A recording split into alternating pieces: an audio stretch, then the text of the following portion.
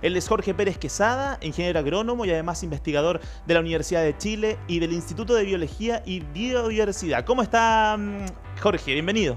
Muy bien, Matías, muchas gracias. Gracias a ti por estar con nosotros, Jorge. Bueno, es tremendo estudio, tremenda investigación que ha estado en varios medios en estos días, ¿cierto? Cuéntame, ¿cuándo inicia esta investigación y por qué tantos años? Claro, nosotros iniciamos esta investigación en el año 2014, cuando nos propusimos saber cuánto era el carbono que acumulaban los bosques, particularmente en Chiloé, muy cerca de Ancud.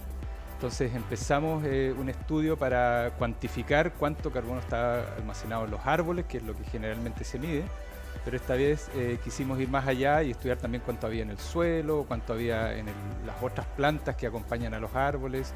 Y claro, y ahí fue cuando nos encontramos con una sorpresa que era mucho carbono acumulado en el suelo. Exacto, comenzó el 2014, ¿cierto? Y ahora en el 2021, fines ya, comienzo de 2022, ustedes publican esta investigación. Claro. Desde 2014 hasta 2021, ¿tuvieron que tomarse tiempo para poder concluir esto, Jorge? Claro, lo que pasa es que uno va tomando muestras y las va analizando. Perfecto. ¿Cierto? Hay muchos estudiantes también que están involucrados en estos estudios, que van estudiando partes de cada uno de este bosque, y finalmente agrupamos todo, lo convertimos en una publicación y uno lo manda a revisión, ¿cierto? Y pasa un proceso para que sea aceptado y publicado. Perfecto, Jorge, para que la gente entienda con detalle de lo que estamos conversando, ¿qué es el carbono?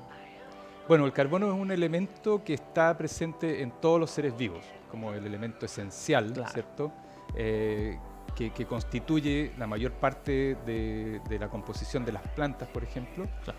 Y también nuestro organismo está compuesto de carbono, pero ese es el carbono que llamamos orgánico, ¿cierto? Por organismo, pero también está el carbono inorgánico, que está en forma de CO2, el anhídrido carbónico, que está en la atmósfera, que es famoso, digamos, porque genera el efecto invernadero cuando empieza a aumentar y genera el cambio climático, el calentamiento global. Perfecto, claro. Bueno, ¿y cómo esto afecta o beneficia a las poblaciones que están cerca de estos bosques del sur de nuestro país, Jorge? Porque muy cerca está, me comentabas, Ancud, ¿cierto? Tenemos otras villas súper icónicas de Chiloé. Bueno, los bosques y la vegetación natural en general, ¿cierto? Los matorrales, las turberas, tienen un efecto de proveer servicios ecosistémicos a nosotros, los humanos. Claro. Entonces, una es la purificación del aire, ¿cierto? A través de la captura de contaminantes o esta captura de carbono como el CO2, pero también regulan, por ejemplo, el ciclo hídrico. ¿Ya? Que importantísimo hoy en día. Exactamente, frente a una sequía que ya lleva más de 10 años. Que no ocurre solo en la zona central. En Chiloé también se está verificando una sequía creciente en verano. Entonces, estos bosques lo que hacen es regular la cantidad de agua que va llegando a los ríos, porque si no están, llega todo muy rápido, ¿cierto? Y se va en el río. En cambio, si es que están los bosques, si están las turberas, esto va llegando gradualmente y permite que haya un flujo más constante, un caudal más constante en los ríos. Claro.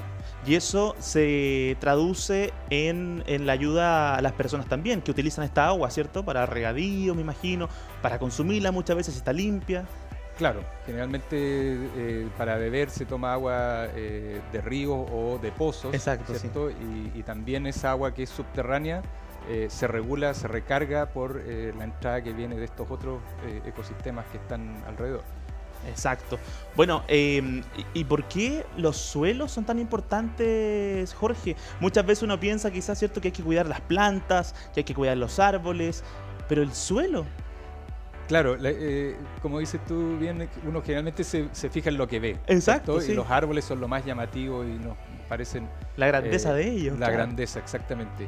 Pero el suelo, a nivel mundial, esto es así, guardan 3 veces más carbono que la parte aérea de los ecosistemas. Y de hecho guardan 2 veces más de lo que hay en la atmósfera. Entonces el suelo es sumamente importante y es menos estudiado porque algo que, claro, se ve menos, es más difícil, ¿cierto? pero justamente estamos en esta misión de relevar, de hablar del suelo como un elemento sumamente importante de conservar, aun cuando no estén los árboles. Por ejemplo, si se pierden con un incendio, es importante mantener ese suelo para que se pueda regenerar el bosque que antes había ahí. Claro, aunque cueste muchísimos años para que eso pase, ¿cierto? Exactamente. Y hoy día con los incendios forestales, Jorge, me imagino que también para ustedes es un tema. Sí, lamentablemente, bueno, en Chile no existen los incendios naturales, como ocurren en otras partes del mundo, como en California, que se producen por descargas eléctricas. En Chile prácticamente el 100% es ocasionado, es de origen antrópico, a veces no intencionado, pero sí por descuido. Exacto. Entonces, nosotros hemos hecho comparaciones de bosques intactos y bosques quemados, y hemos encontrado que se pierde hasta un 90% del carbono que está acumulado en ese bosque, porque lo del suelo también se volatiliza. Claro que sí. Bueno, ¿y cómo va el tema, Jorge, de la deforestación en nuestro país? Justamente en Chiloé ustedes tuvieron la posibilidad aún de quizás trabajar, investigar en este bosque, porque aún no está talado, pero hay muchos más que ya está siendo talado. ¿Qué pasa con eso? Claro, este bosque que nosotros estudiamos está dentro de la Reserva Biológica Senda Darwin. Menos mal, gracias a Dios. Es una estación biológica, digamos, privada con fines de investigación y de difusión. Pero claro, hay muchos bosques que no están protegidos y que ya sea sus dueños o incluso otras personas están talando el bosque y no lo están haciendo de la manera adecuada. Porque cuando uno quiere cortar un bosque tiene que presentar un plan de manejo a la Corporación Nacional Forestal, la CONAF, claro. Y si no lo hace, está cortando el bosque en forma ilegal.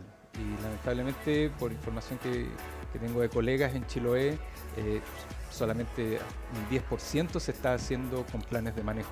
Así que es muy preocupante la deforestación en Chiloé y en todos los sectores que están cercanos a sectores urbanos o poblados. Jorge, si esto sigue ya descontroladamente, ¿cómo nos va a afectar a nosotros? ¿Cómo le va a afectar a las personas que viven, y no solo a las personas, al medio ambiente en sí, que viven en el lugar, en la región? Bien, es importante entender que lo que pasa, por ejemplo, en Chiloé ya no solo afecta a las personas que viven alrededor, sino que es un efecto global, ¿cierto? El cambio climático, el cambio global ocurre a nivel mundial. Exacto. Entonces lo que ocurra a nivel local, por muy pequeño que nos parezca, se suma con todo lo que está sucediendo en otros lugares, y por eso tenemos un cambio climático que nos afecta a todos. Entonces tenemos que hacer esfuerzos locales, ¿cierto?, para tener un efecto global. Perfecto. ¿Y cuáles son esas cosas pequeñas que podemos comenzar a hacer, Jorge, nosotros en el día a día? Sabemos que quizá en la casa muchas personas pueden pensar, pucha, si yo ahorro quizá un poco de agua al día no voy a hacer mucho, o si me pongo a reciclar tampoco. Pero si todos hacemos pequeñas acciones podemos llegar a una grande.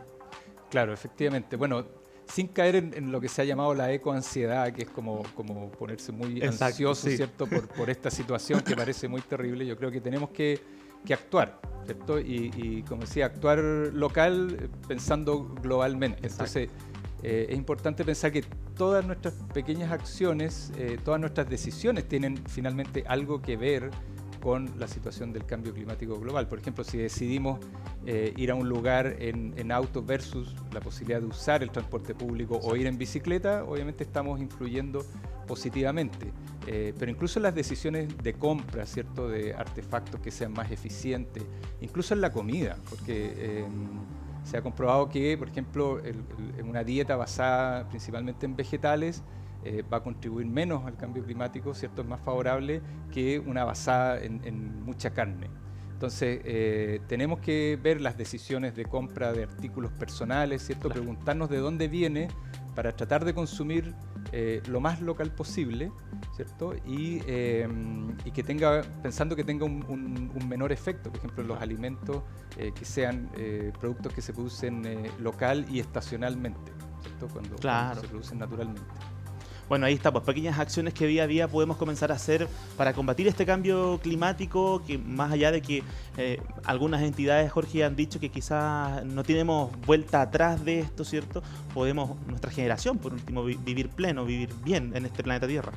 Sí, yo creo que hay que ser optimista, ¿cierto? Mejor. Ponerse en acción, pensar Sí. que cada uno puede ser un agente de cambio en lo que uno hace y tratar de influir en nuestro entorno, supuesto. ¿cierto? Con nuestra familia.